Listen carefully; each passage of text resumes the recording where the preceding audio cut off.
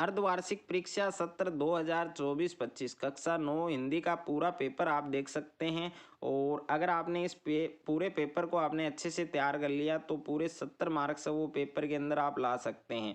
अगर आप कक्षा 9 के छात्र हैं और 2024-25 अर्धवार्षिक परीक्षा की आप तैयारी कर रहे हैं तो इस वीडियो को आपको कंप्लीट देखना है, क्योंकि इस वीडियो के अंदर मैं आपको हिंदी का एक ऐसा पेपर देने वाला हूं कक्षा 9 का अर्धवार्षिक परीक्षा सत्र 2024-25 का, जो आपके आने वाला है। अगर आपने इस पूरे पेपर को तैयार कर लिया तो पूरे 70 मार्क्स लाने से आपको कोई भी नहीं रोक सकता है। तो वीडियो को कंप्लीट देखना है और इस पूरे पेपर को आपको तैयार करना है। तो सबसे पहले आप यहाँ पर देख सकते हैं अर्धवार्षिक परीक्षा सत्र 2024-25 और कक्षा 9 और विषय आपके हिंदी का ये पेपर है।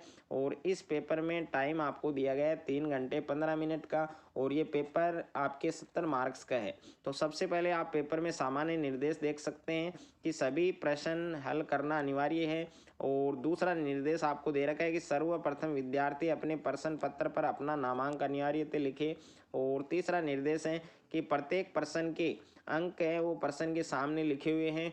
और 4 नंबर है कि जिन प्रश्नों में आंतरिक खंड हैं उन सभी के उत्तर वो एक साथ में लिखें। और 5 नंबर निर्देश है कि प्रश्न का उत्तर लिखने से पूर्व प्रश्न का क्रमांक अवश्य लिखें। तो इस वीडियो को आपको कंप्लीट देखना है और ये पूरा पेपर आप इस वीडियो के अंदर देख सकते हैं। तो सबसे पहले पेपर में आप देख सकते हैं, सबसे पहले आपको सेक्शन ए दिया गया है, खंड ए दिया गया है, जिसमें पहला क्वेश्चन है आपके कि निम्नलिखित अपठित गद्यांश को पढ़कर दिए गए प्रश्नों के उत्तर दीजिए। तो ये आपके अपठित गद्यांश है, इसको कंप्लीट अच्छे से आपको पढ़ना है। और इस गद्यांश में जितने भी प्रश्न आपको पूछे गए हैं प्रत्येक प्रश्न का आपको उत्तर देना है। और ये गद्यांश आपके कितने नंबर का है? 5 नंबर का है। तो यहाँ पर देखिए सबसे पहले इस गद्यांश में आपको प्रश्न पूछा है। फर्स्ट प्रश्न आप देख सकते हैं, उपयुक्त गद्यांश का उचित शीर्षक बताइए। दूसरा प्रश्न है आपके राष्ट्रीय सम्मान की दृष्टि से क्या आवश्यक है। और तीसरा प्रश्न है कि राष्ट्रीय सम्मान को बट्टा कब लगता है। और 4 नंबर प्रश्न है कि पराधीनता का परिचय का वो किसे माना गया है। और नेक्स्ट है आपके कि व्यक्ति किस स्थिति में हास्यास्पद लगता है। उसके बाद में देखिए दूसरा प्रश्न आपको दे रखा है। दूसरा प्रश्न आप पढ़ सकते हैं कि निम्नलिखित अपठित काव्यांश को पढ़कर दिए गए प्रश्नों के उत्तर दीजिए। ये काव्यांश भी आपके 5 नंबर का है। तो इससे पहले इस काव्यांश को आपको अच्छे से पढ़ना है और उसके बाद इस काव्यांश में जितने भी प्रश्न आपको दिए गए हैं प्रत्येक प्रश्न के उत्तर आपको देने हैं। तो सबसे पहले आप यहाँ पर देख सकते हैं, इसमें पहला प्रश्न है कि प्रस्तुत काव्यांश का उचित शीर्षक बताइए। दूसरा है कि अज्ञात और शीतल शब्द के विलोम शब्द लिखिए। तीसरा है कि कवि बादल से क्या करने के लिए कहता है। और नेक्स्ट है कि वज्र और नूतन शब्द हैं उनके अर्थ बताने हैं। उसके बाद में अथवा में भी आपको काव्यांश दे रखा है। अगर आप ये वाला करना चाहते हैं तो ये भी आप कर सकते हैं, दोनों में से एक आपको करना है। उसके बाद में प्रश्न संख्या 3 है आपके कि निम्न विषयों में से किसी एक विषय पर 200 शब्दों में निबंध लिखना है। तो इसमें पहला निबंध आपको दे रखा है, 3 निबंध दे रखे हैं, तीनों में से एक करना है। पहला आपके गणतंत्र दिवस है और इसमें काफ़ी सारे पॉइंट हैं, प्रस्तावना है और गणतंत्र की स्थापना है, गणतंत्र दिवस की महत्ता और समस्त नागरिकों के लिए संदेश और उपहार। उसके बाद में दूसरा निबंध है पर्यावरण प्रदूषण पर। तीसरा निबंध है आधुनिक सूचना प्रौद्योगिकी। तो इसमें 3 निबंध दिए गए हैं जिस पर आप अच्छे से लिख सकते हैं 200 शब्दों पर, उस पर आपको लिखना है। और उसके बाद में 4 नंबर प्रश्न है कि स्वयं को महात्मा गांधी राजकीय उच्च माध्यमिक विद्यालय नागौर का छात्र मानकर प्रधानाचार्य को एक प्रार्थना पत्र बोर्ड कक्षा में हिंदी विषय का अध्यापक की वैकल्पिक व्यवस्था करवाने के लिए आपको क्या लिखना है? पत्र लिखना है।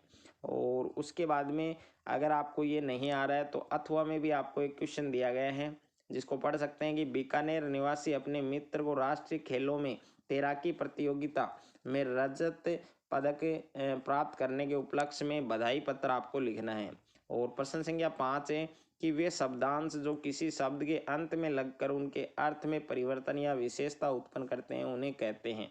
तो इसमें फर्स्ट है उपसर्ग, दूसरा प्रत्यय है, तीसरा कोई नहीं और 4 नंबर ऑप्शन में दे रखा है दोनों। तो ये मल्टीपल चॉइस क्वेश्चन है। और दूसरा है आपके प्रश्न संख्या 6, परीक्षा शब्द में कौन सा उपसर्ग जुड़ा हुआ है। तो इसमें 4 ऑप्शन दे रखे हैं। जो क ऑप्शन है उसमें पर और ख में आपके परी और ग ऑप्शन में पर और घ ऑप्शन में परा। तो इसमें भी कौन सा ऑप्शन आपका सही होगा वो आपको बताना है। सातवां प्रश्न है कि ई प्रत्यय से युक्त शब्द है। तो ए ऑप्शन में आपके दे रखा है जयपुरी, और ख ऑप्शन में टुकड़ी, और ग ऑप्शन में बुआरी, और घ ऑप्शन में लकड़ी। तो चार ऑप्शन दे रखे हैं, जो ऑप्शन आपका सही है वो आपको बताना है। आठवां प्रश्न दे रखा है कि वाक्य रचना की दृष्टि से वाक्य के कितने भेद होते हैं। तो क ऑप्शन में है 2, और ख ऑप्शन में है 3, और ग ऑप्शन में है 4, और घ ऑप्शन में है 5। तो इसमें भी आपको सही ऑप्शन चूज करना है। और प्रश्न संख्या 9 है रिक्त स्थानों की पूर्ति कीजिए। इसमें पहला है आपके कि क्रिया की दृष्टि से वाक्य कितने प्रकार के होते हैं, और दूसरा प्रश्न है कि यह पुस्तक पठनीय है जबकि वह है। तो इस रिक्त स्थान में क्या आएगा, और रेखांकित शब्द का विलोम शब्द आपको लिखना है, जिसमें ग है कि जलज का एक पर्यायवाची शब्द लिखिए, और आकाश पाताल एक करना, इस मुहावरे का अर्थ बताना है। और नेक्स्ट है सर्वनाम कितने प्रकार के होते हैं। उसके बाद में प्रश्न संख्या 10 है आपके कि निम्नलिखित पद्यांश को पढ़कर दिए गए प्रश्नों के उत्तर दीजिए। तो ये पद्यांश दे रखा है आपके, इस पद्यांश को पढ़ना है, और इसमें 3 प्रश्न दिए गए हैं। पहला है कि काव्यांश के कवि का नाम बताना है, और कामरिया शब्द है इसका अर्थ लिखना है, और आठहु सीधी से क्या अभिप्राय है। तो 3 प्रश्न है, तीनों के उत्तर आपको लिखने हैं। अगर आपको ये नहीं आ रहा है तो अथवा वाला आप कर सकते हैं।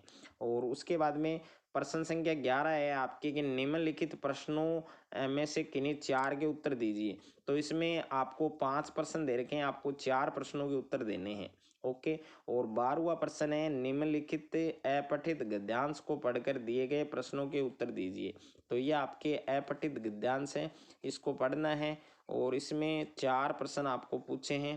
पहला प्रश्न है कि उपयुक्त गद्यांश है उसका उचित शीर्षक बताना है। दूसरा है स्वावलंबन का क्या महत्व है। और तीसरा प्रश्न है चंद्रगुप्त साधारण सैनिक से सम्राट कैसे बना। और 4 नंबर है अलौकिक शब्द में उपसर्ग प्रत्यय और मूल शब्द आपको बताना है। उसके बाद में प्रश्न संख्या 13 है आपके कि निम्नलिखित प्रश्नों में से किन्हीं 3 के उत्तर दीजिए। तो इसमें पहला प्रश्न है कि छोटी बच्ची को बैलों के प्रति प्रेम क्यों उमड़ आया। और दूसरा प्रश्न है कि लेखक लड़कोर के मार्ग में अपने साथी से किस कारण बिछुड़ गया। और तीसरा प्रश्न है कि लेखक ने उपभोक्तावादी संस्कृति को हमारे समाज के लिए चुनौती क्यों कहा। और नेक्स्ट है कि किस घटना ने सालिम अली के जीवन की दशा को बदल दिया और उन्हें पक्षी प्रेमी बना दिया। तो इसमें आपको 3 क्वेश्चन के आंसर लिखने हैं। उसके बाद में प्रश्न संख्या 14 है आपके कि आपदाओं से निपटने के लिए अपनी ओर से सुझाव लिखिए।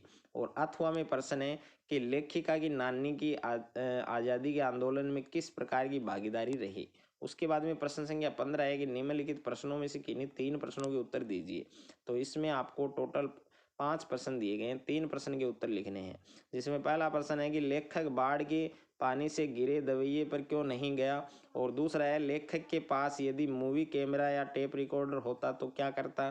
तीसरा है कि बिहार जाकर लेखिका ने कौन सा साहसिक कार्य किया। और 4 नंबर है कि कर्नाटक के बिशप ने किस कारण स्कूल खोलने से मना किया। और नेक्स्ट है कि बाढ़ की खबर सुनकर लोग किस प्रकार की तैयारी करने लगे। तो 5 में से आपको 3 प्रश्नों के उत्तर देने हैं। तो ये पूरा पेपर आपको अच्छे से तैयार करना है। अगर आपने ये पूरा पेपर अच्छे से तैयार कर लिया तो हिंदी के पेपर में अर्धवार्षिक परीक्षा 2024-25 में आप पूरे 70 में से 70 मार्क्स हैं वो ला सकते हैं। अगर आपको ये वीडियो अच्छा लगे तो वीडियो को आप ज़्यादा से ज़्यादा बच्चों के साथ शेयर करें, ज़्यादा से ज़्यादा वीडियो को लाइक करें, और चैनल पर आप नए हैं तो चैनल को आप सब्सक्राइब कर लीजिए और साथ में नोटिफिकेशन बेल को प्रेस कर लीजिए।